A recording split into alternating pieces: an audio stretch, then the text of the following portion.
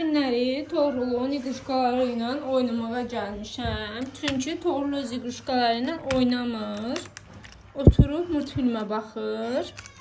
Bu isə mənim qəlbimi qırır. Çünki Toğrul bu iqışqaları aldıranda çox böyük həvəslə aldırmışdı. İndi isə onlarla oynamır. Mən də qərar vermişəm ki, madem özü oynamır, eyb yox, mən oynayaram. Neynim daha başka variantım yoktu. Özü oturup multfilmə baxır. Ama mən oyuncaqlarla oynayıram. Bu üçü birlikdə nədirlər bunlar? Kərtənkələ çocuq. Bu kimdir? Neyin hansının adı? Deyə görüm. Kərtənkələ çocuk, kedi çocuk, baykuş kız, bir de Mən bu baykuş kızdır. Bu kedi çocukdur. Bu kərtənkələ çocukdur. Bizdə burada multfilmi də gedir hal-hazırda. bu da kedi çocuktu. Bak Bunlar orada oynuyorlar. Mənim oğlum da burada iquşqalarını töküb qalıb bunlar burada. İndi bu iquşqaların günahı nədir? Bunu aldırmırsan, niyə oynamırsan?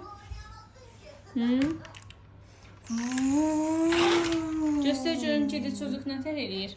ne? Kedi çocuğun gücü nədir? Bax bunun gücü nədir? Şurada gösterdim Onun sana. hansı gücləri var deyə görüm. Şuradan çıkışı beğendim yine gösterdim. Bunu indi beni göstereceğim sana. Bu çıksa yerinde oyundu. Amaya hansıdır Torun? Amaya. Hə, Amaya budur. odur. Amaya o deyil axı. Amaya odur. Amaya budur, baykuş kızdır o. Amaya budur. Sonra fırlanır olur baykuş kız. O da Amaya'dır. Amaya nə vaxt baykuş kız olur? Çıkıyor. Sındırma. Çıkmadı. Hürsəndirirsən, sən şu son vaxtlar hərəkətləri bilmirsən. Bak bunun gücü bak bu değil. Nədir? Bu aşağı eğilsen sonra gücün yükselsen ama bu da şu bunları görsen yalnız sonra mavi renkli. Sonra bak B'ye gir. Gözlərindən Bax, sonra- işıq çıxır. Sonra gözlerinden ışık çıkmıyor. O burada görsen bunları. O burada ışık yanır ama gözünden yok da. Sonra siyah demeye başlıyor. Sonra B'ye kaçıyor siyahlı. Bütün yerde siyahtan. Orada da gösterdiği ki bütün yerde siyahlı kaçıyor. O çocuğun başı da siyahlı kaçıyor.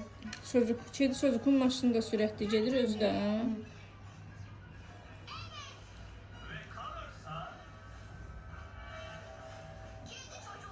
Deyə Connor. Onun adı nədir deməli? Bunun adı Connor'dır.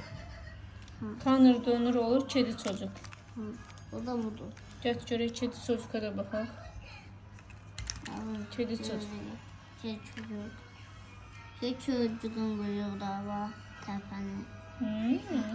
Ay da tepene. Bunlar Bu üçü birləşib hara gedir? ha? Bu üçü birləşib hara gedir?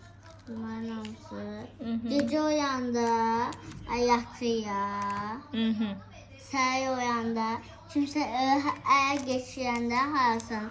Bilsən neyniyər? Neynir mi?